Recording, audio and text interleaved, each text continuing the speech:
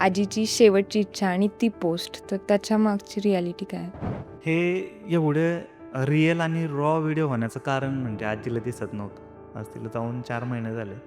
पण तिला माहितीच नाही की ती केवढी मोठी स्टार होऊन गेली. ती जी गोष्ट तिला आनंद देणार होती ती बघण्यासाठी, तीच गोष्ट जर तिचं आयुष्य संपवण्यामागचं कारण ठरू शकतं, तर हे त्रास काय म्हणजे नाही का यापेक्षा वेगळा काय त्रास होऊ शकतो माणसाला.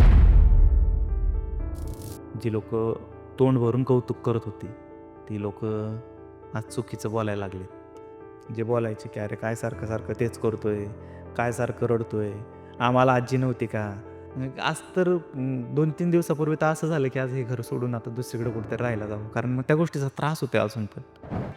ब्रेन स्ट्रोक हा आजार आहे की तो कधी कोणालाही होऊ शकतो. पण ते होण्यामागचं निमित्त आजीसाठी तरी असं होतं की ही गोष्ट जर बघितली ना लोकांनी खरंच खूप त्रास होईल. म्हणजे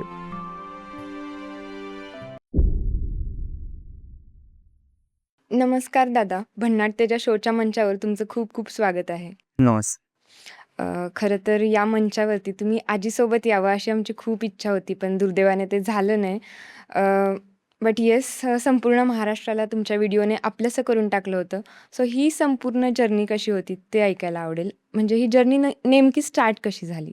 खरं तर मी सुरुवातीपासून आजीबरोबर व्हिडिओ बनवलेच नव्हते कधी. मी माझेच ट्रॅव्हलिंगचे, ट्रेकिंगचे व्हिडिओ बनवायचो. एक दिवस असंच घरात बसलो होतो, म्हणजे घराच्या दारात बसलो होतो आणि आजीला चहा प्यायची अ, एक तलब झाली नाही का. तर त्याच्यामध्ये आजीने मला चहा बनव म्हणून सांगितलं आणि त्यावेळी नेमका घरातला गॅस संपला होता आमच्या. ते आजीला मी तिथं बसूनच दारात बसूनच आमचं चालू होतं, की "अगं गॅस संपलाय" म्हणून. तर मगाशी तर म्हणली, "मगाशी तर गेलता की गॅस आणायला, लगेच संपला होय." म्हणलं, "अगं आणलाच नाही." "नाही, नाही बघ" म्हणली, "असेल घरात." आता त्या ठिकाणाहूनच घरात जाऊन बघ असं तिचं होतं. तर तो व्हिडिओ मी असंच शूट केला होता. तिचं ते बोलणं वगैरे नाही का आणि तो पहिलाच व्हिडिओ असाच रॉ टाकून दिला होता Instaवर, की "नाही, नाही मला चहा करच तू. बघ घरात गॅस आहे का नाही, चालू आहे का नाही?" आता मी तिला म्हणतोय नाही आणला, भेटलाच नाही. मग कसं काय नाही भेटला आणि कसं काय नाही म्हणजे तिचं ते लहान मुलगा कसा आपला हं. एखादा, की मला पाहिजेच.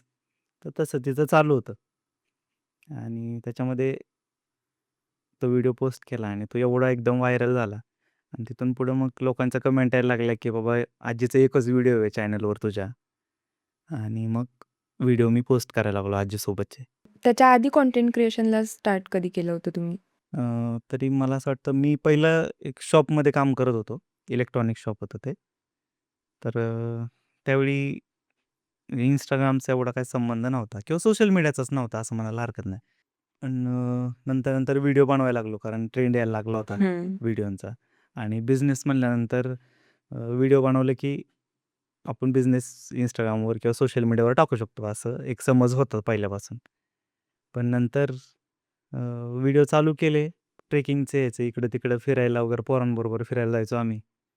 पण ते व्हिडिओ असं झालं की लोकांना एवढं काय ते म्हणजे नाही का सुरुवातीच्या काळात इंटरेस्टिंग वाटत इंटरेस्टिंग नाही. नसायचे. पण जो आजीचा व्हिडिओ मी पहिल्यांदाच पोस्ट केला होता, तर तो एवढा लोकांना आवडला होता, की लोकं सारखं मेसेजमध्ये विचारायला लागले, की "अरे आजीचा व्हिडिओ कधी येणार? आजीसोबतचा व्हिडिओ कधी येणार?" मग ते लोकांनीच मला व्हिडिओ बनवायला भाग पाडला आजीसोबतचे. जो की पहिल्यापासून असा असायचा, की "अरे हा आजीचा व्हिडिओ टाकू का गं?" आईला विचारायचो मी. "लय भारी होईल, लय मजा येईल." पण त्यावेळी लाज वाटायची, की काय कशाला लोकं बघताल, काहीतरी म्हणताल, आजीसोबत काहीतरी व्हिडिओ बनवतोय. आणि आजीचा 2 गोष्टी असायच्या. एक तर चहा लागायचा आजीला आणि दुसरं म्हणजे मिसरी. तर या 2 गोष्टी खरं तर मिसरीमुळं व्हायरल झालो असं म्हणायला हरकत नाही. मिसरी हा पॉइंट असा होता, की आणि आजकाल जुनी आठवण घरातल्यांना किंवा नाही का म्हणजे अ, आजी-आजोबांची काय असेल तर त्यांच्या सवयी आणि त्या सवयीतूनच लोकांना ते कनेक्ट होत गेलं. तुम्ही प्रॉपर कुठून आहेत आणि फॅमिलीमध्ये कोण-कोण असतं? प्रॉपर मी तसं बघायला गेलं तर मी जेजुरीचा. फॅमिलीमध्ये आई-वडील आणि आजी असं आम्ही चौघंजण असायचो. आजीसोबत तुमचा पहिल्यापासूनच असा खास बॉन्ड राहिलेला आहे? तसं नाही म्हणता येणार, कारण त्या सुरुवातीच्या काळात मी घरी नसायचो. कारण शिक्षण पूर्ण झाल्यानंतर बऱ्यापैकी मला असं वाटतं मी जॉब आणि ह्याच्यात पुण्यातच होतो. पण नंतरच्या कोविडनंतर बरीचशी कामं बंद पडली. मग घरीच येऊन घराचाच एक छोटासा व्यवसाय म्हणून आपण लॉजिंग व्यवसाय चालू केला होता. त्याच्यामध्ये 1-2 रूम होत्या सुरुवातीला. मग त्यातून आपलं थोडेफार पैसे मिळतील अशा आशेने चालू केलं होतं. जो लॉजिंगचा व्यवसाय तो असायचा मेनली रात्रीचा. मग रात्रीचं ते काम करत असताना दिवसभर मग घरातच. मग जास्त कुठं बाहेर जाणं-येणं पण नव्हतं आणि घरी आई, आजी यांच्यासोबत ज्या काही गप्पा रंगायच्या आमच्या, ते व्हिडिओच्या माध्यमातून मग मी पोस्ट करत गेलो. म्हणजे अगदी एवढं रॉ व्हिडिओ असायचे की त्याच्यामध्ये ना कुठलं एडिटिंग असायचं, ना काही ट्रान्झॅक्शन असायचं. एकदम जे काही आमच्या गप्पा होतील, म्हणजे त्यावेळी सुरुवातीला तर अ, आवाज पण क्लिअर येत नसायचा व्हिडिओमध्ये. पण तरी पण जे काही गोष्टी बोलल्या जायच्या ना, तर त्या लोकांना एवढ्या आवडायच्या. लोकं परत-परत बघायचे व्हिडिओ. लोकांना असं असायचं की दादा हा 4 वेळा व्हिडिओ भरला तरी बघितला तरी मन भरेना. म्हणजे कमेंटमध्ये लोकं सांगायचे. मग त्यातून एक आनंद मिळत होता सुरुवातीला. पण सुरुवातीला कॅमेरा फेस करताना किंवा तुम्ही त्यांच्यासमोर कॅमेरा घेऊन जात असाल, तेव्हा आजीची रिएक्शन काय असायची? कारण त्या जनरेशनचं सोशल मीडियासोबत बॉन्डिंग बनणं खूपच वेगळी गोष्ट आहे. हे एवढं रिअल आणि रॉ व्हिडिओ होण्याचं कारण म्हणजे आजीला दिसत नव्हतं. अच्छा. आजीला अ, कॅमेरा हा विषयच माहीत नव्हता. मग ज्यावेळी व्हिडिओ तयार करायचो ना, तर त्यावेळी एका स्टँडवर किंवा कुठेतरी मोबाईल मी कॅमेरा ठेवून दिलेला असायचा. म्हणजे असं तिसरा व्यक्ती पण नव्हता, की बाबा व्हिडिओ शूट करेल म्हणून. आणि त्याचं ते मूव्हमेंट कॅमेऱ्याचे जे मूव्हमेंट असायचे ना, तर ते एवढे मेसी असायचे, की लोकांना ते कॅमेरा नीट पण लावलेला नसायचा. त्याच्यावरून पण लोकं म्हणायचे, "अरे कॅमेरा तरी नीट लाव." इथपासून असायचं. कारण लोकांना ते बघायला एवढं आवडायचं ना, की ते लोकं माझं व्हिडिओ शूट करताना जरी काही चुकलं ना, तर ते पण लोकं सांगायचे. म्हणजे लोकं सांगत गेली सुरुवातीपासून, की हे असं पाहिजे होतं, ते तसं पाहिजे होतं आणि मग त्याच्यातून मी स्वतःला कुठेतरी चेंज करत गेलो. कारण ह्याचा जास्त वेगळा काही अभ्यास केला नव्हता. सुरुवातीपासून लोकं सांगेल तसंच शिकत गेलो होतो व्हिडिओ बनवताना. मग आजीला कधी समजलं, की आपण आता फेमस झालोय किंवा आपला ना तो व्हिडिओ बनवून सोशल मीडियावरती टाकतोय? हे आजपर्यंत आजीला माहीत नाहीये. त्यांना माहीतच नव्हतं, की त्यांना एवढी लोकं बघतायत. नाही. मीच सांगायचो कधीतरी, की "आजी तुझे" म्हणजे लोकं सोशल मीडिया हा विषयच माहीत नव्हता.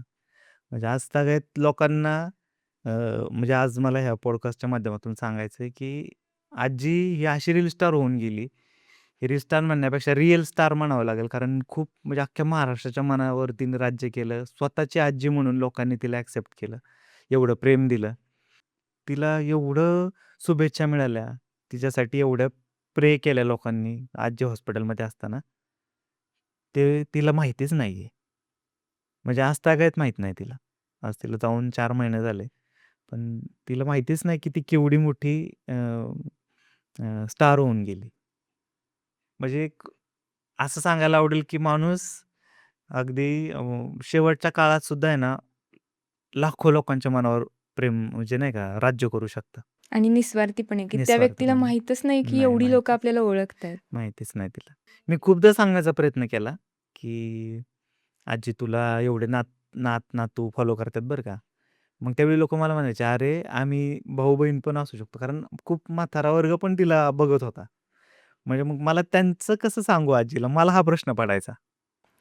एक व्हिडिओ बघितला होता ज्याच्यामध्ये सिल्वर प्ले बटन आलं होतं आणि आजी म्हणत होती आपल्याला गोल्डन पण हवं आहे आणि तिथे एक फनी मोमेंट घडला होता. तर त्यावेळची म्हणजे काय सिच्युएशन होती? ती सिच्युएशन अशी होती, की मी काहीतरी घरात आलो ना मी, की तिला असायचं हा काहीतरी घेऊन आलाय. आणि मला दाखव पहिलं असायचं, मला दाखव, मला दाखव. मग तिला मी म्हणायचो, "अगं थांब तुझ्यासाठीच आणलंय." तर तिची एक्साइटमेंट अशी असायची, की काय मग तिकडेच घेऊन बसलाय आणि ती उलटाच धरलाय कॅमेरा. तर कॅमेरा कसा व्हायचा, की हां. धरण्यासाठी आपल्याला उलटा धरावा लागतो येस. Front camera. म्हणजे तिचे रिएक्शन असायचं. म्हणजे एवढं नॅचरल असायचं ते. "अरे काय तिकडे धरलंय ती?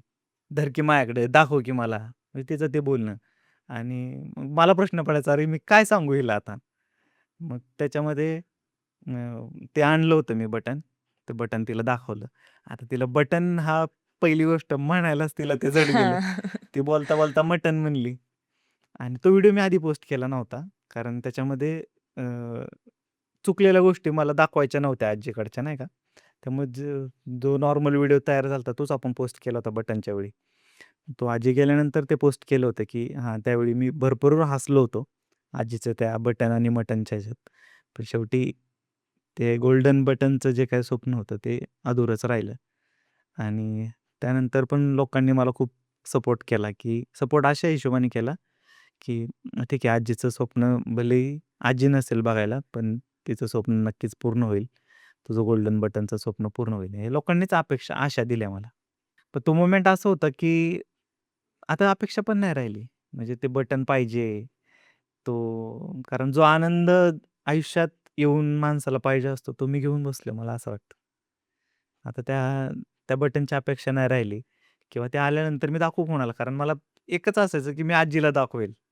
म्हणजे जे काही मला मिळायचं ना, जे काही मला माझ्या हातात यायचं किंवा जे मला आनंद आपण म्हणतो ना, की छोट्या-छोट्या गोष्टींमधून मिळायचा, तो एक्सप्रेस मी आजीला करायचो.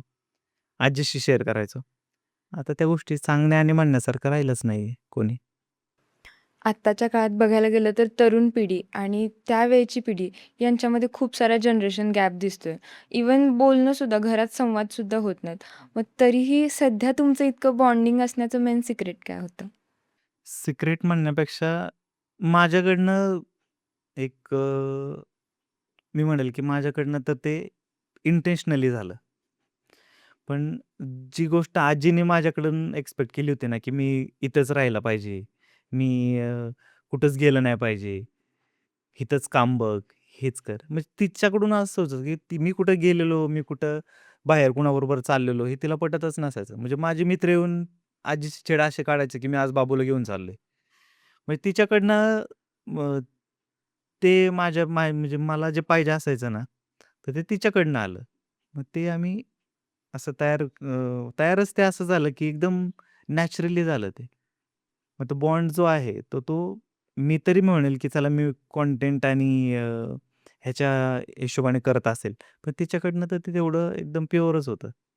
मग तिच्याकडनं जे प्युअर गोष्टी होत्या, तेच लोकांना जास्त आवडत गेल्या आणि तेच मी लोकांना दाखवत गेलो.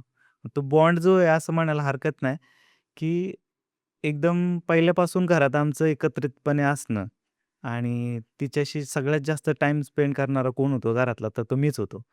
बाकीचे भरपूर जण होते घरात. म्हणजे असं नाही, की मी एकटाच नातू म्हणून घरात होतो. आजीचे तसे जवळ-जवळ 7 ते 8 नातू आहेत. पण तेवढा वेळ मी देऊ शकलो. माझं नशीब म्हणायला हरकत नाही. आणि त्याच्यामुळं आज मी या ठिकाणी आहे. आज तुम्ही मला पॉडकास्टसाठी बोलावलंय. ॲक्च्युली आज आम्ही सुद्धा आजीला खूप मिस करतोय आणि आम्ही म्हणण्यापेक्षा महाराष्ट्रातली प्रत्येक व्यक्तीच आजीशी म्हणजे आजीला स्वतःचीच आजी मानत होतं. त्यांच्याशी खूप सारं रिलेट करत होती आणि या सगळ्या गोष्टींमुळे कुठेतरी बऱ्याच कुटुंबांमध्ये नातवंडे, आजी-आजोबा एकत्र येऊन तुमचे व्हिडिओज बघत होते आणि मला वाटते बऱ्याच फॅमिलीजसुद्धा एकत्र आल्या असतील. हो. तर या गोष्टींना पॉझिटिव्हली तुम्ही कसं घेता किंवा काय फील होतंय आज? नाही फील म्हणजे माझ्या अंगावर काटा आला आता तुम्ही हा प्रश्न विचारल्यानंतर. खरं तर लोकांनी एवढं मला अ, आपलंसं करून घेतलं होतं त्या काळात, की "अरे दादा तुझ्यामुळे आहे ना, मी आत्ता हा व्हिडिओ बघितलाय ना, मी उद्या आजीकडे चाललोय." हा मेसेज ही कमेंट टाकून लोकं घरी येऊन आजीला भेटत होते त्यांच्या. आणि तुझ्यामुळं खरंच खूप चेंज होईल, असं लोक कमेंट्समध्ये सांगायचे. म्हणजे 5-5 हजार कमेंट आहेत आपल्या व्हिडिओंना आणि प्रत्येकाचे व्हिडिओ कमेंट्स मी वाचलेत आणि खूप प्राउड फील व्हायचा, की अरे, एकमेव चॅनल आहे मी म्हणायचो असं स्वतःसाठी, की की ज्याच्यामध्ये एकही चुकीची कमेंट लोकांची नसायची. आणि तो मी तो फी ती जी काही फेज आहे आपण म्हणतो आयुष्यातली, जे काही तो काळ होता आयुष्यातला, तर तो मी असा अनुभवलाय, की खूप काही मिळालं म्हणजे लोकांच्या जर तुम्ही शुभेच्छा आणि आशीर्वाद मिळवत असाल, त्याच्यापेक्षा लोकं तुम्हाला जास्त काहीच देऊ शकतात. तो खूप प्रेम मिळालं होतं त्या काळात आणि फक्त एकाच गोष्टीमुळं आणि अख्खं महाराष्ट्र मी स्वतःचं नाव कधीच समोर आणलं नाही.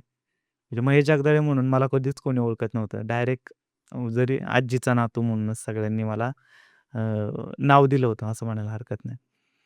आणि लोकच तुमचं कॅरेक्टर काय आहे हे लोकच ठरवायला लागले होते. आणि जर चांगलंच ठरवलंय लोकांनी, तर मग ते एक्सेप्ट करायला काहीच अडचण नव्हती. तो एक आनंद मिळत होता सुरुवातीपासून.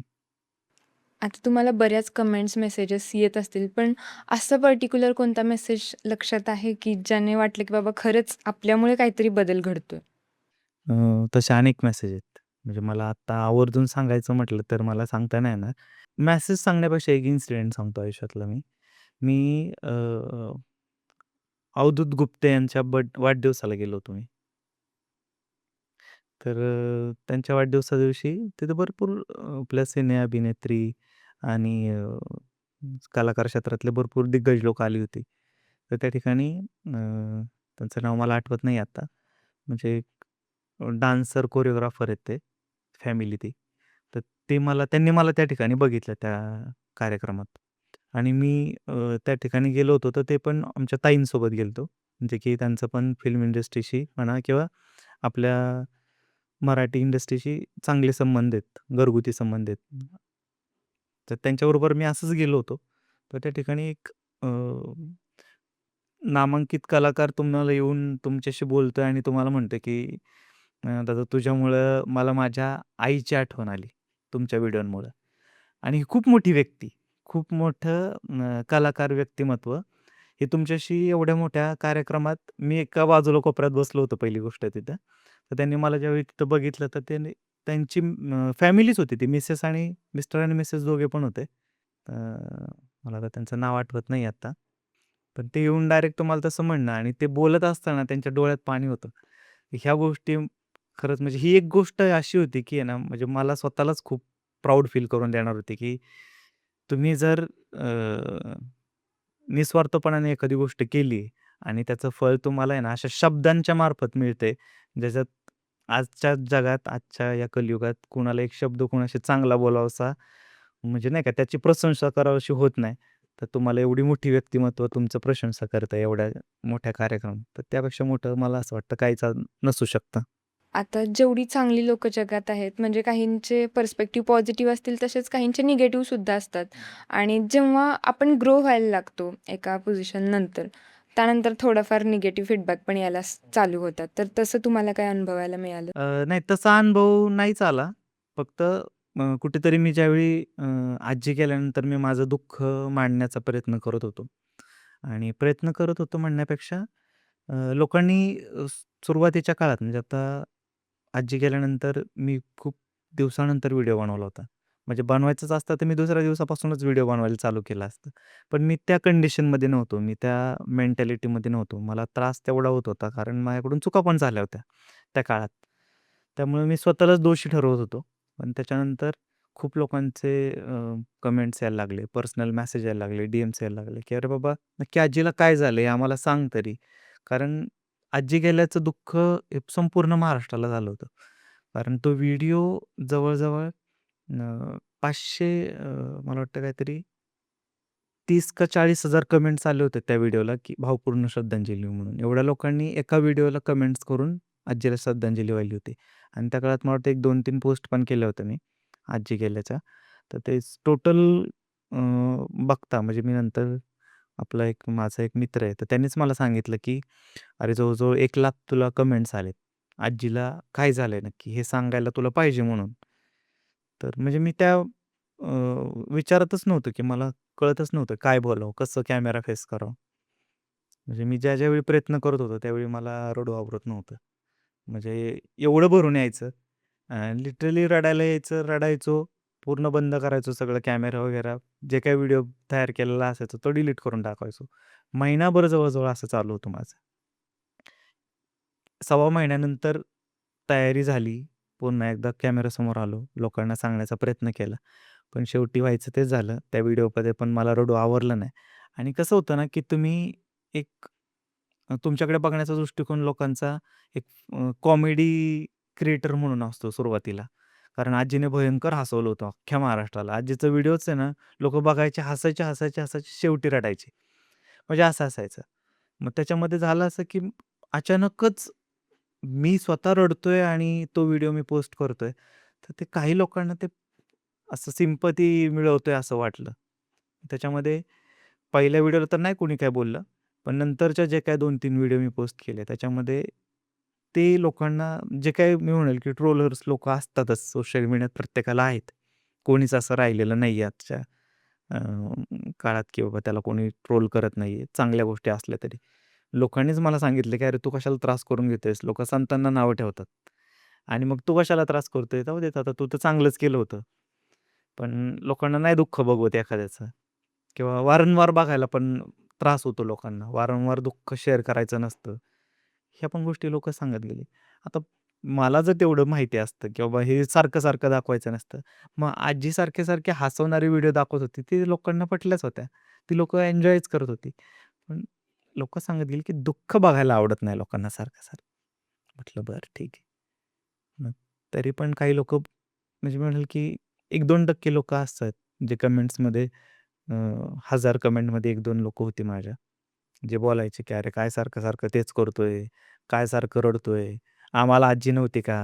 आम्हाला अ, आमच्या घरात नाहीये का आजी? की बाबा तुला एकट्यालाच आजी होती का? आम्हाला नाही का त्रास होत? आम्ही तेच करत बसतो का?" मग ही लोकं असं अशा पद्धतीने चुकीचे कमेंट करायला लागली. म्हणजे ह्या लेव्हलचं चुकीचं कमेंटिंग होत होतं. बाकी वेगळं असं काही नाही. मला वाटते जो रिअल टॉपिकवरती कंटेंट क्रिएट करतो, हं. त्याची लाईफ सगळ्यात जास्त डिफिकल्ट आहे, की तो अगदीच, अगदीच. रिअल व्हिडिओज बनवत असून त्याला रिअल इमोशन्स जेव्हा दाखवायचे असतात, तेव्हा लोकांना तोही कंटेंट वाटू लागतो. हो, अगदीच. मला खरंच त्या गोष्टीवर एक मी व्हिडिओ बनवला होता, की आजी जाऊन मला वाटतंय काहीतरी 2च महिने झाले होते तेव्हा. जी लोकं तोंड भरून कौतुक करत होती, ती लोकं आज चुकीचं बोलायला लागलेत. आणि मी एक भावनिक म्हणजे स्वतःच मी खूप एक भावनिक व्यक्तिमत्व आहे माझं. म्हणजे मी अगदी छोट्या-छोट्या गोष्टींसाठी म्हणजे मला घरातल्यांचा जरी असं मला असं जरी वाटलं ना, की अरे आईला त्रास होतोय, तर तरी पण माझे डोळे कितीतरी वेळा भरून आलेले आहेत. आजीला त्रास होतोय किंवा काय गोष्टींचा. म्हणजे व्हिडिओ पोस्ट करत असताना मी 90% व्हिडिओ पोस्ट करत असताना मी स्वतः रडलेलो आहे पहिले. आणि असं असताना एक छोटीशी कमेंट ज्याच्यामध्ये खूप तुमच्या भावना तुम्ही ज्यावेळी निस्वार्थपणे काही गोष्टी करत असता, तर तुमच्या भावना ज्यावेळी हर्ट होतात, तर त्यावेळी एक छोटीशी कमेंटसुद्धा पुरेशी होऊन जाते. आपण म्हणतो ना, की एक ठिणगीसुद्धा खूप मोठी आग लावू शकते. तर मी म्हणेल, की 1000 कमेंटमधली एक कमेंटसुद्धा मला त्रास देऊ शकत होती. जे की त्या गोष्टीचा झाला, असं म्हणायला हरकत नाही. पण एक गोष्ट मला आत्ता परत एकदा प्रामाणिकपणे सांगायची, की त्या व्हिडिओनंतर लोकांचं मी म्हणेल, की लोकं तेवढी सेन्सिटिव्ह पण आहेत, की त्या व्हिडिओनंतर मी जो बनवला होता व्हिडिओ की बाबा लोकं सुरुवातीला तोंड भरून कौतुक करत होती. नंतर लोकं बोलायला लागली किंवा कंटेंट समजायला लागली. रिअल कंटेंट क्रिएटर असताना तुम्ही खरंच तुम्ही काय फील करताय हे तुम्हाला एक्सप्रेस करता येत नाही, मांडता येत नाही. का तर बाबा लोकांना वाटतं हा कंटेंट आहे. हं. हे आहेच. आणि त्या गोष्टीला मी म्हणेल, की सामान्य लोकांनी जरी रिलेट नव्हतं केलं ना, पण कंटेंट क्रिएटर लोकांनी ज्यांना खरंच त्या गोष्टीचा त्रास झालाय, येस. म्हणजे इव्हन डी-पी दादासारखा माणूस त्या गोष्टीला लाईक आणि कमेंट करतो, की "अरे हां." म्हणजे त्यांना पण त्रास झाला असणार आहे कधी ना कधी. येस. पण ते शेवटी माणूसच आहेत हां, ना. माणूसच आहे शेवटी. म्हणजे अ, त्यांना पण कधी ना कधीतरी कोणीतरी ट्रोल केला असेल, पण त्यांना पण त्रास झाला असेल, पण ते एक्सप्रेस करू शकले नसतील. कारण त्या गोष्टीची भीती पण त्यांनाही असू शकते, की लोकं काय म्हणतील परत. पण मी ठीक आहे, मला रडायला येण्याचं कारण म्हणजे माझी व्यक्ती मी गमावली होती. मी ह्याच्यासाठी रडत नव्हते, की लोकं मला नावं ठेवतायत किंवा लोकं माझ्याबद्दल चुकीचं बोलतायत, की "अरे, काय सारखं तोच-तोच रडण्याचा व्हिडिओ, काय सारखं-सारखं ते." अरे, मी माझी आजी नसून आजी तर होतीच माझी, पण मी एक आई गमावली याचं दुःख काय असू शकतं हे लोकांना नाही कळत आहे. म्हणजे आज आई म्हणणारी व्यक्ती मी गमावली माझ्या आयुष्यातली. गमावली आहे आणि त्याच्यानंतर जे 24 तास त्या व्यक्तीबरोबर काम म्हणून बघा तुम्ही, कंटेंट म्हणून बघू नका. मग कामच करत होतो. तुम्हाला हसवण्याचं काम होत होतं त्याच्यातनं. आजीचं करमणूक होत होती. माझा दिवस कसा जात होता हे मला कळत नव्हतं. 24 तास आमच्या डोक्यात तेच असायचं. म्हणजे मी व्हिडिओ बनवायला चालू केल्यानंतर मी एकही दिवस असा नव्हता, की उद्या व्हिडिओ कशा पद्धतीने होऊ शकतो आणि उद्या आम्हाला काय करायचंय. म्हणजे आमचं प्लॅनिंग नव्हतंच. पण एक असायचंच ना, की बाबा आपलं उद्या असा-असा व्हिडिओ आपण बनवून टाकूयात म्हणून. नॅचरलीच होत होतं सगळं. पण तेवढा वेळ काढणं व्हायचं. मग तो वेळ आता कुठेतरी अ, कशात घालवायचा? तर त्याचं एक दुःख आहेच. आणि प्रत्येक गोष्टीत, छोट्या-छोट्या गोष्टीत आज एवढ्या आठवणी आहेत घरात. म्हणजे ज्या काही गोष्टी गिफ्ट म्हणून आलेल्या आहेत. म्हणजे ज्या खूप आवडल्या होत्या आजीला. आज त्या गोष्टी बघितल्यानंतर आपसूक डोळे ओले होतात, मन भरून येतं. पण आता एवढं तर कळालंय, की आता प्रत्येक वेळी तुम्ही सोशल मीडियावर येऊन तर सांगू शकत नाही, की बाबा मला ह्या गोष्टीचा त्रास झाला, आज हे आठवलं. रोज आठवतात, रोज गोष्टी बघतोय मी घरात. आज तर 2-3 दिवसापूर्वी तर असं झालं, की आज हे घर सोडून आता दुसरीकडे कुठेतरी राहायला जावं. कारण मग त्या गोष्टीचा त्रास होतोय अजून पण. मग मी काल परवा मी दुसरं घर पण बघायला गेलो होतो रेंटवर, की बाबा मग तिकडे राहायला जाऊ म्हणून. कारण ती जागा त्या अ, बसण्याची आमच्या दोघांची जी काही जागा असायची, ती आजीची खुर्ची, माझी खुर्ची आणि एका जागी बसूनच आम्ही सुरुवातीपासून व्हिडिओ बनवलेले आहेत. त्या आठवणी, ती भिंत की बाबा ह्या भिंतीवर ते बटन लावायचं, इथं तुझा फोटो, इथं माझा फोटो, ह्या सगळ्या आठवणी आहेत. आजींनी त्यावेळी बोललेल्या त्या सिल्व्हर प्ले बटन बरोबरच्या. तर त्या आजही तेवढ्याच आठवतात. तो आवाज कानात घुमतो. तर 10 बाय 10 ची रूम आहे आमची, जिथं आम्ही व्हिडिओ बनवायचो. 10 बाय 11 ची रूम आहे. हॉल आहे माझा तो म्हणजे. तर त्याच्यामध्ये सगळं समोरच आहे ना एकदम. बरं ठीक आहे, ते हलवायचं म्हटलं तर हलवणार तरी कुठं? मग ते त्याच ठिकाणी राहणाऱ्या गोष्टी होत्या. मग 4 महिने जरी झाले मी म्हणेल किंवा अजून वर्ष जरी गेलं, तर त्या गोष्टीचा त्रास, व्यक्ती नसल्याचा जी काही खंत किंवा तिच्या राहून गेलेल्या इच्छा पूर्ण करण्याची जी काही खंत आहे, ती आयुष्यभर राहणार आहे. कंटेंट म्हणून जर शेअर करायचं असतं, तर आणखी भरपूर गोष्टी होत्या मला ज्या मी शेअर करू शकत होतो. जे कंटेंट म्हणून लोकांनी बघितल्या पण असत्या.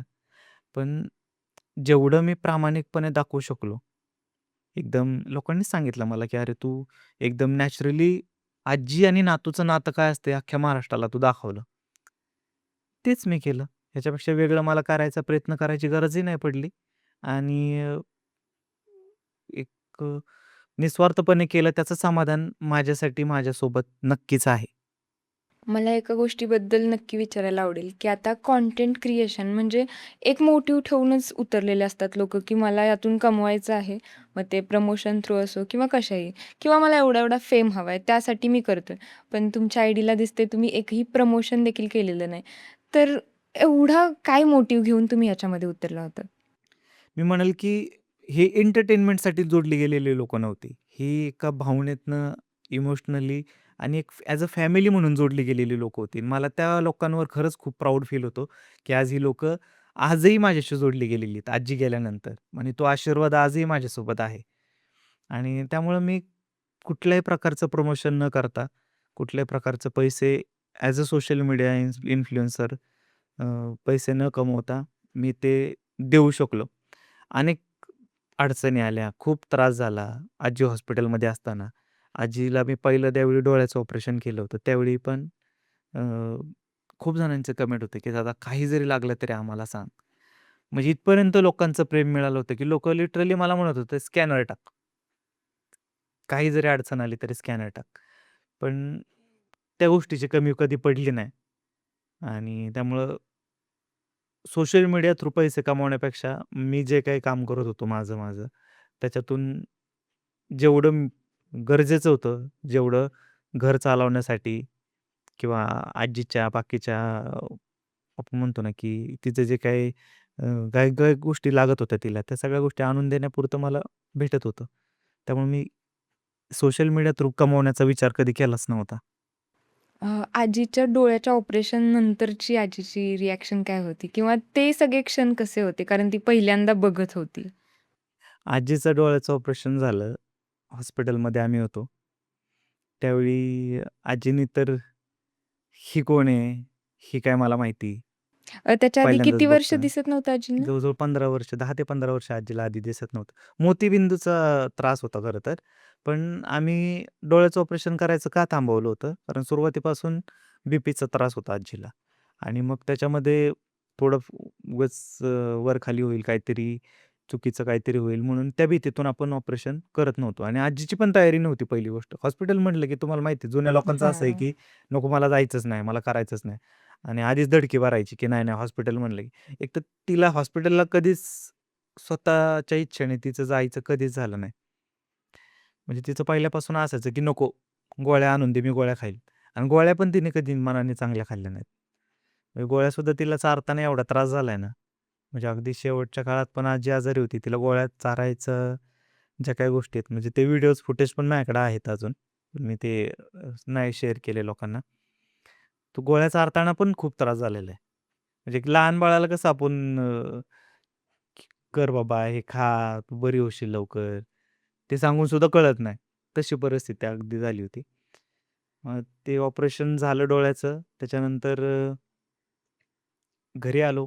आजीने साफ इन्कार केला, की बाबा ह्यो बाबूच नाही म्हणून. कारण 15 वर्षानंतर ती मला बघत होती. 15 वर्षानंतर बघितल्यानंतर माझा लूक पूर्ण चेंज झाला होता. केस वाढलेले होते, तब्येत वाढलेली होती. "अगं बाबू कसा होता मग तुझा?"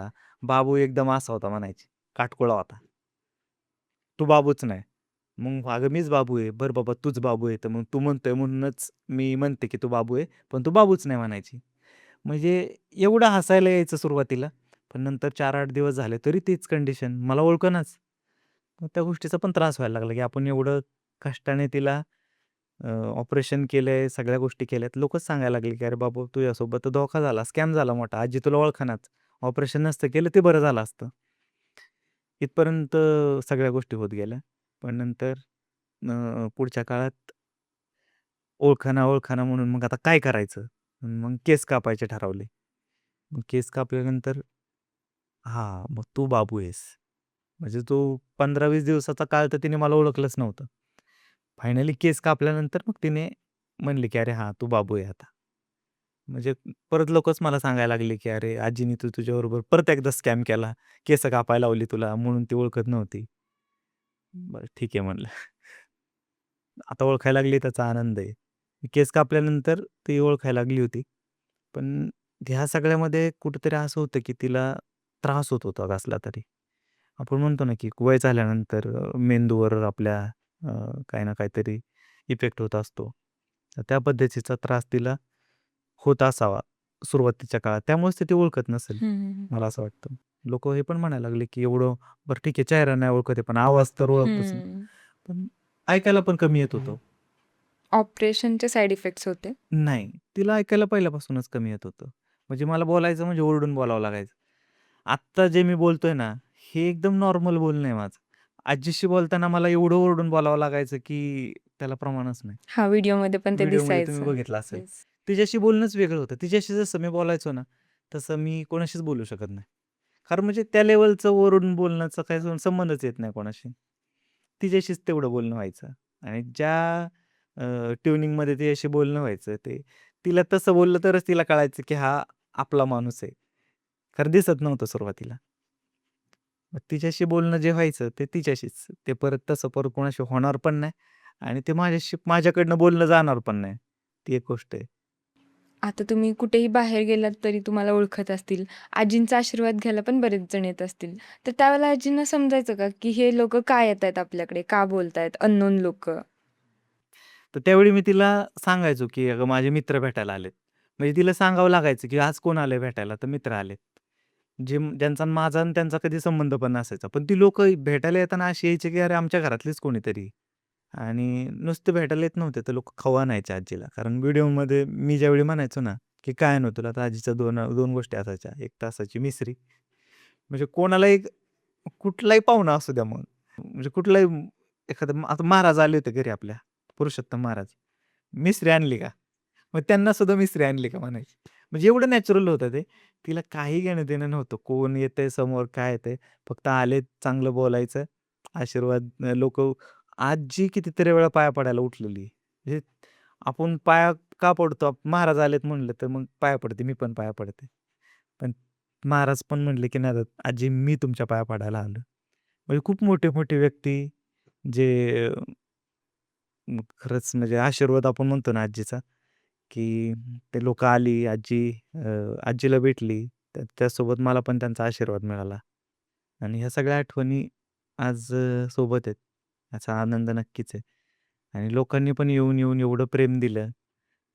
सेल्फी वगैरे काढणं. कधी म्हणजे विचारच केला नव्हता, की का लोकं येतील आणि आपल्यासोबत सेल्फी काढतील घरी येऊन आणि नुसतं सेल्फी पण काढणं होत नसायचं. लोकं छान आजीला जे आवडायचं ते सगळं खायला घेऊन यायचे आणि आजी आवडीने खायचं ते. मला पण आनंद व्हायचा, की अरे आजीला हे द्यायचं आणि अशी माणसं जोडली गेली होती ना किंवा आजही जोडली गेली असं नाही मी म्हणत, की आजी होतानाच होते. आजही ती माणसं आजही तेवढेच जवळ आहेत, तेवढेच कॉन्टॅक्टमध्ये आहेत आणि तेवढाच धीर देतात मला, की बाबा सगळे आजी पण तुझ्यासोबतच आहे, आम्ही तुझ्यासोबतच आहे.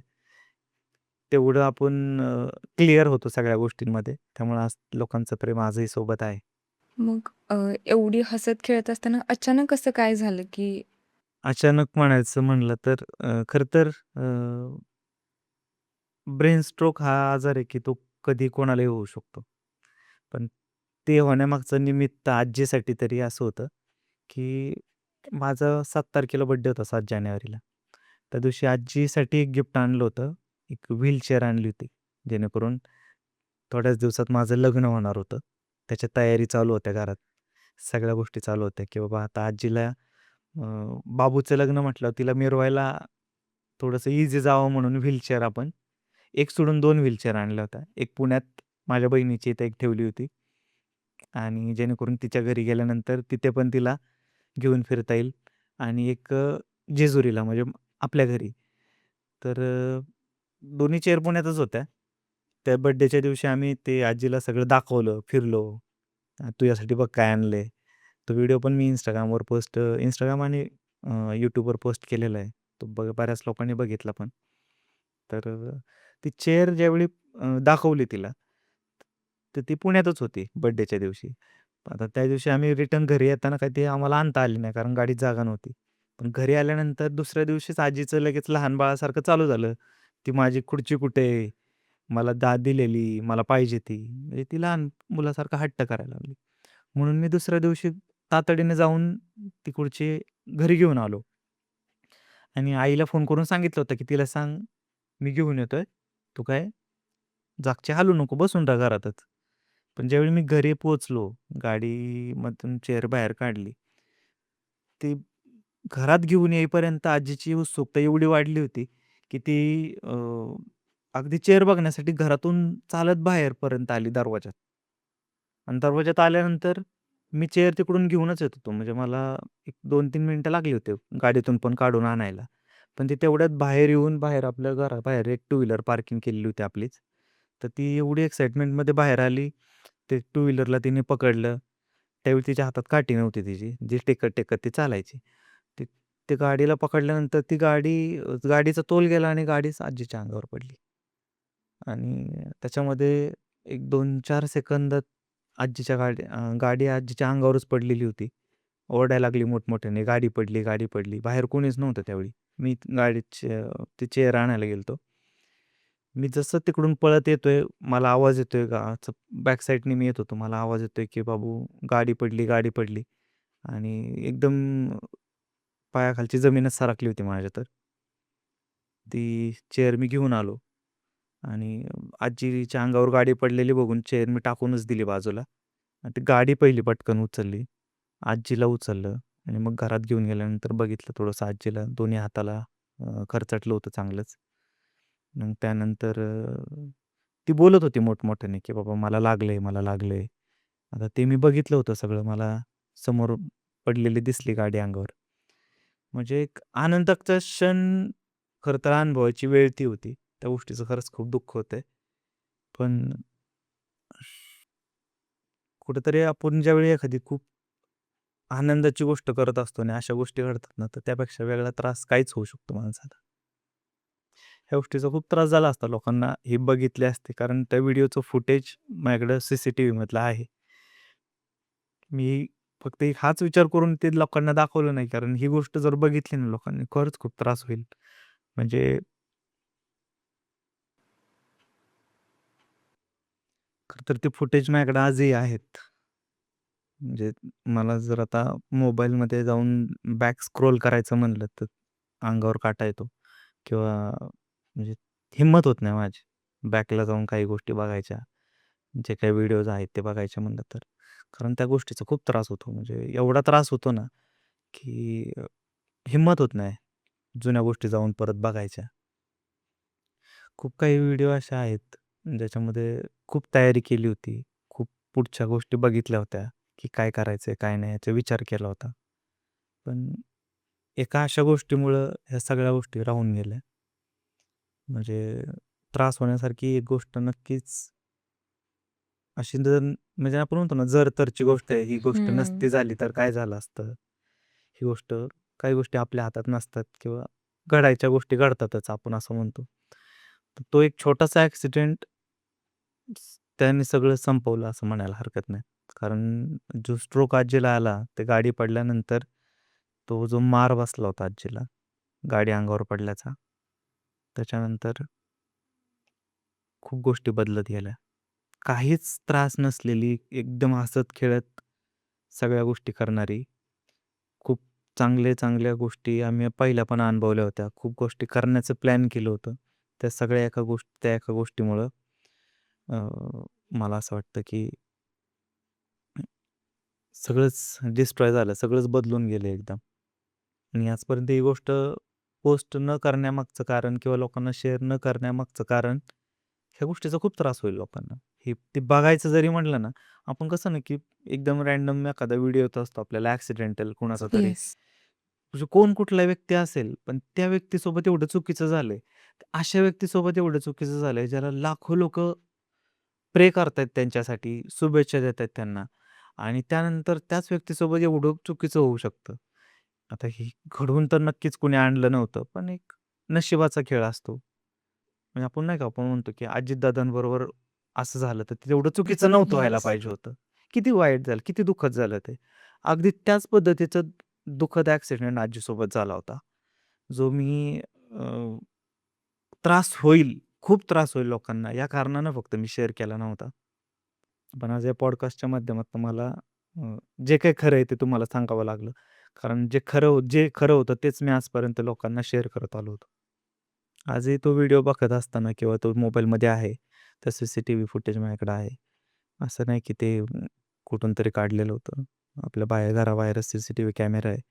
त्याच्यात ते सगळं स्पष्ट दिसतंय. आजी कशी बाहेर आली, आजी गाडी कशी आजीच्या अंगावर पडली, आजी काय बोलते ते सगळं त्याच्यात रेकॉर्डेड आहे. मी तिकडून पळत आलोय. ती चेअर मी ज्या आजीला दाखवायला आणली होती, जी गोष्ट तिला आनंद देणार होती ती बघण्यासाठी, तीच गोष्ट जर तिचं आयुष्य संपवण्यामागचं कारण ठरू शकतं, तर हे त्रास काय म्हणजे नाही का यापेक्षा वेगळा काय त्रास होऊ शकतो माणसाला? त्या ॲक्सिडेंटमुळेच ब्रेन स्ट्रोक झाला असं सांगण्यात आलं का? अ, डॉक्टरांचं असं होतं, की कसं असतं, एखादी गोष्ट होण्यामागचं तिला हॉस्पिटलला जायची तयारी नव्हतीच. आपण त्यावेळी चेकअपला हॉस्पिटलला घेऊन गेलो, की काय-काय झालं असेल. कारण त्या ॲक्सिडेंटनंतर ती बोलत होती. तिला सगळं व्यवस्थित होतं तिचं. फक्त म्हणजे हाताला इतकं लागलेला मेजर होईल असं आयडियाच हां, नव्हती. आयडिया नव्हती. पण ज्यावेळी चेकअपला आपण नेलं, तर त्यावेळी चेकअपमध्ये अशा गोष्टी समोर आल्या, की ह्या गोष्टी आधीच आजीला आधीपासूनच आहेत. म्हणजे ब्रेन स्ट्रोक म्हणजे हे फक्त त्यावेळी जाणवलं, पण ब्रेन स्ट्रोक होण्याची जी काही कारणं असतात किंवा त्याचे जे काही सिम्प्टम असतात आपण म्हणतो, तर ते लेफ्ट साइडला पूर्ण मेंदूला जाणाऱ्या ज्या नसा होत्या, तर ते पूर्ण रक्ताच्या गाठी त्यात झालेल्या होत्या. असं डॉक्टरांनी सांगितलं. सीटी स्कॅन, एम-आर-आयमध्ये वगैरे सगळ्या गोष्टी येतात ते. एम-आर एंजिओ पण केलं होतं आपण. तर त्याच्यामध्ये कुठं ब्लॉकेज आहे, त्या सगळ्या गोष्टी डॉक्टरने सांगितलं, की इथे इथं ब्लॉकेज आहे. त्यामुळं ब्रेन स्ट्रोकचं ऑपरेशन मोस्टली ह्या वयात सक्सेसफुल होत नाही. त्यामुळं जोपर्यंत वेळ आहे, तोपर्यंत तुम्ही जो काही आनंद देता येईल, जो काही चांगले क्षण तुम्हाला घालवता येतील, ते तुम्ही कारण ऑपरेशन करून अगदी पुढच्या तासाची पण गॅरंटी देत नव्हते. एका तासाची पण गॅरंटी देत नव्हते. अगदीच पहिल्या दिवशीच हॉस्पिटलमध्ये सांगितलं होतं. आणि मग अशा कंडिशनमध्ये वाटलंच नव्हतं, की कालपर्यंत एवढं हसत-खेळत आम्ही टाईम स्पेंड केला होता. एकमेकांबरोबर आनंदाचे क्षण घालवले होते. पण अगदी दुसऱ्या क्षणाला म्हणजे काही तासांतच झालं होतं ते खरं तर. असं काही होईल असं वाटलंच नव्हतं. त्यामुळं जे काही लग्नाचं चालू होतं ठरवायचं, जे काही प्लॅनिंग चालू होतं, बऱ्यापैकी बोलणी पण झाली होती लग्नापर्यंतच्या. आणि त्यानंतर सगळ्याच गोष्टी बदलून गेल्या. आणि मग कसं होतं ना, की ज्या गोष्टीसाठी तुम्ही एवढं धावपळ करत असता, एवढा आटापिटा करत असता आणि ती गोष्ट अचानक शून्य होऊन जाते. मग त्यानंतर करण्यासारखं काय राहतच नाही आयुष्यात. सगळ्याच गोष्टी ब्लँक झाल्या म्हणजे आयुष्यातलं. काय वेगळं काहीतरी करायचं, परत तो आनंद मिळवायचा आणि त्या आनंदात राहायचं हे झालंच नाही. म्हणजे ते होणं माझ्यासाठी खूप अशक्य बनून गेलं होतं. सोशल मीडियावरती जी पोस्ट तुम्ही शेअर केलेली आहे, लोकांना अजून पण त्या गोष्टीचं म्हणजे कन्फ्युजनमध्ये आहेत, की ती गोष्ट खरी आहे की खोटी? आजीची शेवटची इच्छा आणि ती पोस्ट, तर त्याच्या मागची रिॲलिटी काय आहे? आजीची शेवटची इच्छा म्हणायला गेलं तर अख्ख्या महाराष्ट्राला माहिती आहे, की आजीला काय हवं होतं नातवाकडनं. आजीला नातवाचं लग्न झालेलं पाहिजे होतं. नातवाचं कल्याण झालेलं आजीला बघायचं होतं. कारण प्रत्येक आशीर्वाद आजी देत असताना आजीच्या मुखातून एकच वाक्य निघायचं, की "बाबू तुझं कल्याण होऊ दे." अगं मी म्हणायचो, "आई माझं झालंय कल्याण." तर आजी म्हणायची, "लग्न झालंय का तुझं?" म्हणायचो, "नाही." "मग अजून कल्याण नाही झालं." म्हणजे माझं कल्याण होण्याची व्याख्या आजीसाठी अशी होती, की तुझं लग्न झालं पाहिजे. आणि लग्न होणं किंवा लग्न करणं हे मला असं वाटतं, की भविष्याच्या दृष्टिकोनातून ते आपल्या हातात अगदीच नसतं.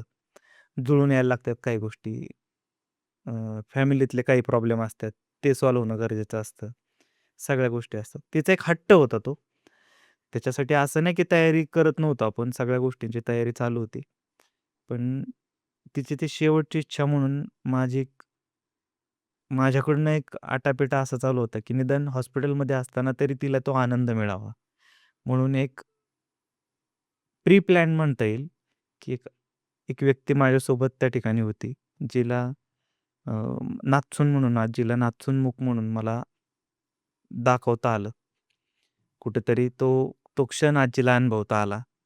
तो क्षण आजीने खूप आनंदाने अनुभवला आणि ते सगळं करत असताना खूप म्हणजे मनावर खूप मोठं ओझं होतं, की हे आपण जे काही करतोय, त्याच्यातून साध्य काहीच होणार आहे. पण ह्या बाकीच्या गोष्टींचा विचार न करता फक्त आजीला आनंद भेटेल, तिचं म्हणजे तिला रिएक्ट काहीच करता आलं नाही, कारण त्या कंडिशनमध्ये ती नव्हती. फक्त तिचे डोळे उघडे होते. ती बघत होती काय काय चाललंय समोर. माझी ताई माझ्यासोबत होती. फक्त तेवढी अशा व्यक्ती माझ्यासोबत होत्या, ज्यांना खरंच वाटत होतं, की आजीचा आनंद, आजीची शेवटची इच्छा पूर्ण होताना तिने बघावी. खूप प्रयत्न केले त्यांनी पण. म्हणजे मी त्यांचं नाव आजपर्यंत लोकं विचारतात, की ती व्यक्ती कोण आहे, जी तुझ्यासोबत असते, आजीसोबत असते. ताईचं नाव रेखा चोरगे म्हणून आहे त्यांचं. त्यांनी खरंच खूप म्हणजे या सगळ्या गोष्टी करताना त्यांनी खरंच खूप मदत केली मला. पण कुठेतरी त्या गोष्टीचं समाधान आहे, की तो शेवटचा क्षण आजीला मला देता आला आणि ह्यापेक्षा वेगळं काहीच कमवू शकत नाही मी आयुष्यात.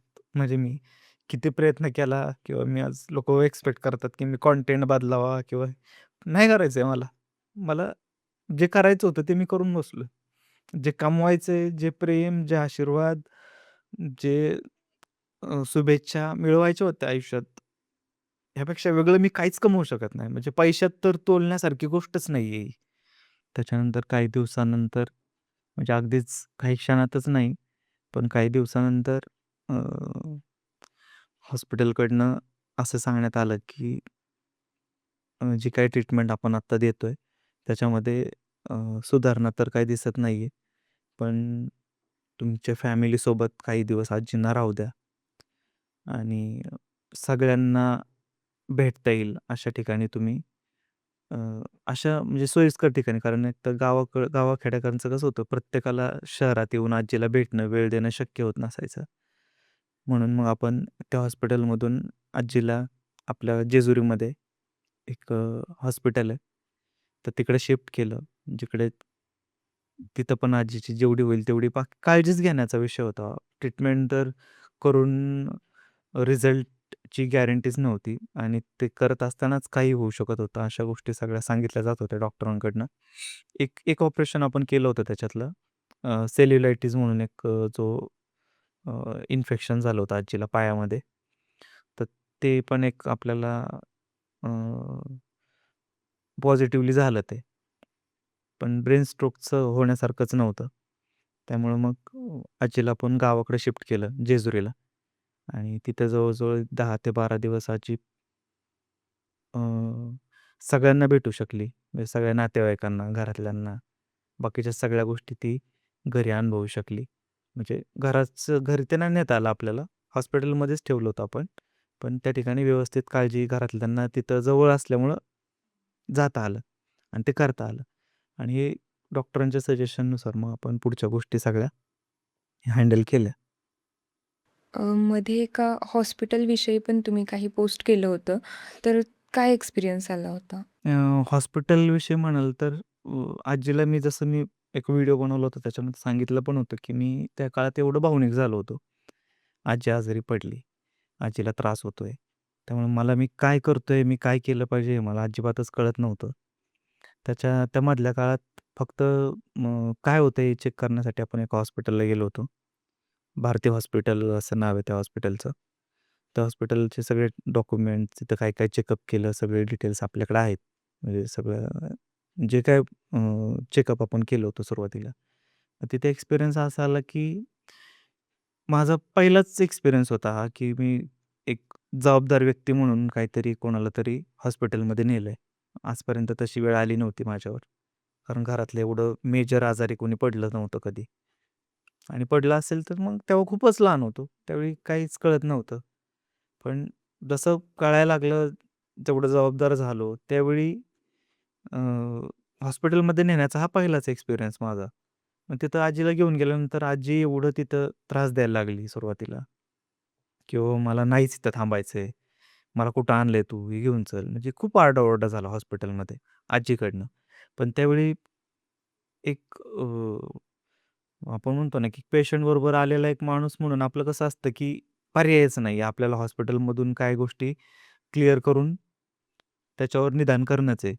म्हणून पहिले चेकअप करायला म्हणून आपण रात्रीचं मला वाटतं काहीतरी 10-11 वाजता हॉस्पिटलला आलो होतो. भारती विद्यापीठ हॉस्पिटल आपलं अ, कुठे आहे मला तर लोकेशन कात्रज. आठवणार कात्रजमध्ये आहे पुण्यातलं कात्रजमध्ये ते हॉस्पिटल आहे. फक्त आपण चेकअपसाठी सुरुवातीला तिथं आणलं होतं. पण ते चेकअपला जवळ-जवळ 5 ते 6 तास लागले होते.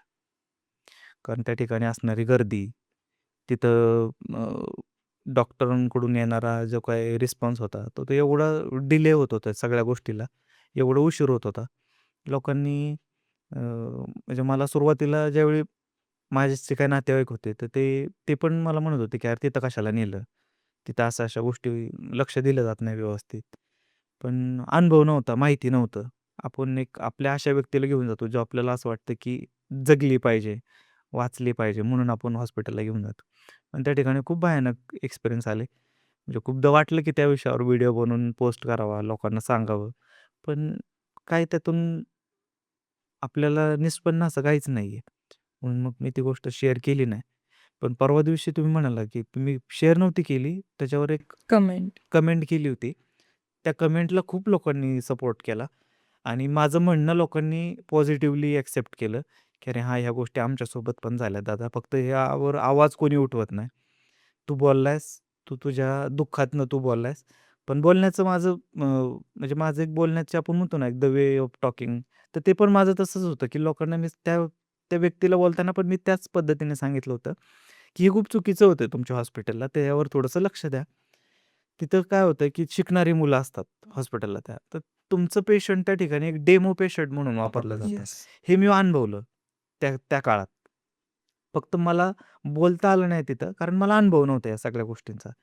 पण त्यानंतर ज्या काही गोष्टींना उशीर होत गेला ना, किंवा तुम्ही चेकअपसाठी जर पेशंटला वापरताय किंवा शिकाऊ मुलांना दाखवण्यासाठी, तर ती पेशंट त्या कंडिशनमध्ये नाही आहे ना आज. पेशंटला ऑक्सिजन लेव्हल ड्रॉप होत चालली. पेशंटला तुमच्या अ, अजिबातच कॉन्शियसनेस नाहीये. पूर्ण ब्लँक झाले पेशंट आणि तुम्ही डेमोमध्ये म्हणून पेशंट शिकवणाऱ्या मुलांना, शिकणाऱ्या मुलांसमोर ठेवले. तर हे कितपत योग्य आहे? मग ह्या गोष्टीबाबतचं एक माझं म्हणजे भांडणं पण झाली त्या ठिकाणी. मग नंतर काउन्सिलेशन ऑफिसमध्ये सगळ्यांनी मला कन्सल्ट करण्यासाठी वेगवेगळी डॉक्टरांची टीम पण बसवली होती त्यांनी तिथं. पण त्याच्यामध्ये त्यांनी मला फक्त कन्विन्स एवढंच केलं, की ही प्रोसेस आहे आमची, हे असंच असतं. ह्याच्यामध्ये तुम्हाला जर पाहिजे तर तुम्ही शिफ्ट करू शकता दुसरीकडे. पण खूप उशीर झाला होता त्या काळात. एवढा उशीर झाला होता, की चेकअपलाच त्यांनी 8 ते 9 तास लावले. रात्री 11 वाजता गेलेल्या पेशंटला सकाळी 9 वाजता त्यांनी मला रिपोर्ट्स दिले. मग त्यानंतर ट्रीटमेंट आणि ह्या त्या गोष्टी. मग ट्रीटमेंटला त्यांनी त्यांनी त्यांच्या वॉर्डला शिफ्ट करायचं म्हटलं, तर त्यांनी आधी आपल्याकडनं लिहून घेतात. जर इथे काय झालं, तर त्याला हॉस्पिटलचं मॅनेजमेंट जबाबदार राहणार नाही. मग कुठेतरी हे पण चुकीचं वाटलं. ते डॉक्टर आहेत ते सांगतील तसं आपण ॲक्सेप्ट करतोच त्या कंडिशनमध्ये.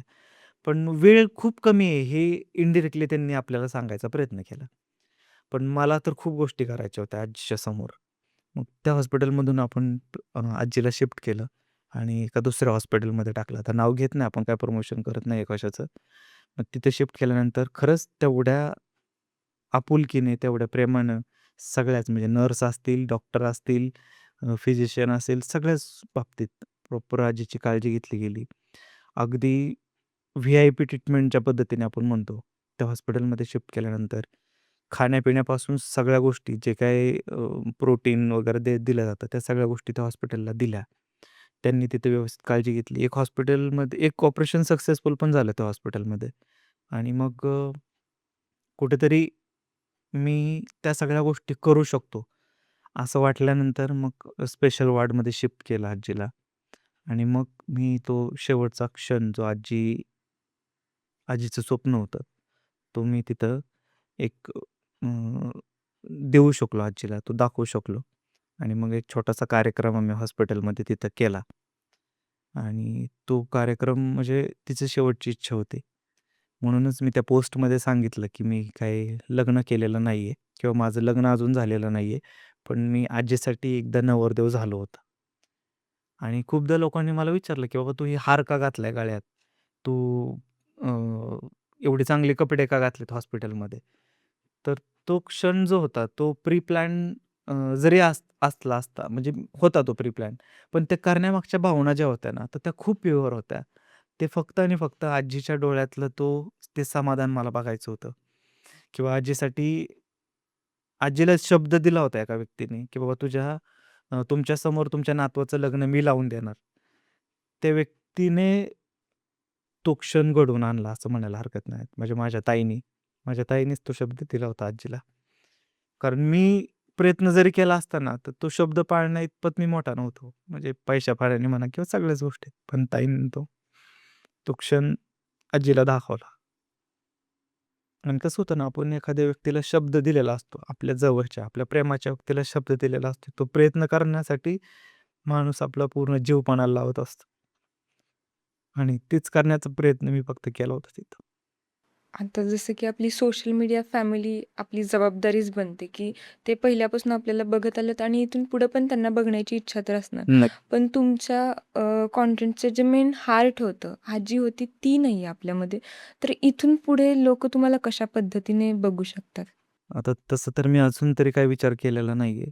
पण कुठेतरी ज्या काही गोष्टी झाल्या, आज मी तुम्हाला जे काही शेअर केलंय, ते रिॲलिटीमध्ये लोकांना एक कंटेंट म्हणून तर नाही दाखवायचंय मला.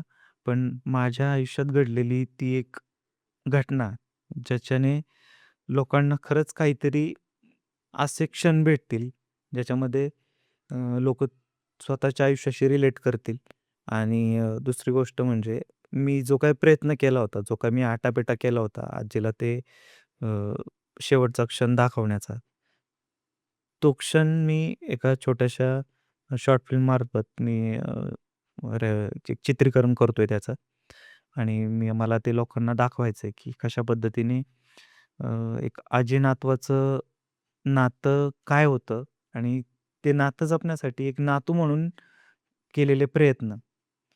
नक्कीच आणि भावना खऱ्या आहेत. त्यामुळेच तुमच्यासोबत इतकी इमोशनल लोकं कनेक्ट होत गेलेली आहेत. तर जाता-जाता आपल्या ऑडियन्सला काय मेसेज द्याल? म्हणून मी तेच सांगेल, की मी काही कलाकार नाहीये, मी काही ॲक्टर नाहीये. मी जो काय आहे तो रिअल आहे आणि तोच लोकांना आवडला होता आणि तेच लोकांनी आजीबरोबरच्या आमच्या दोघांचा बॉन्ड लोकांनी त्याला एवढं प्रेम दिलं.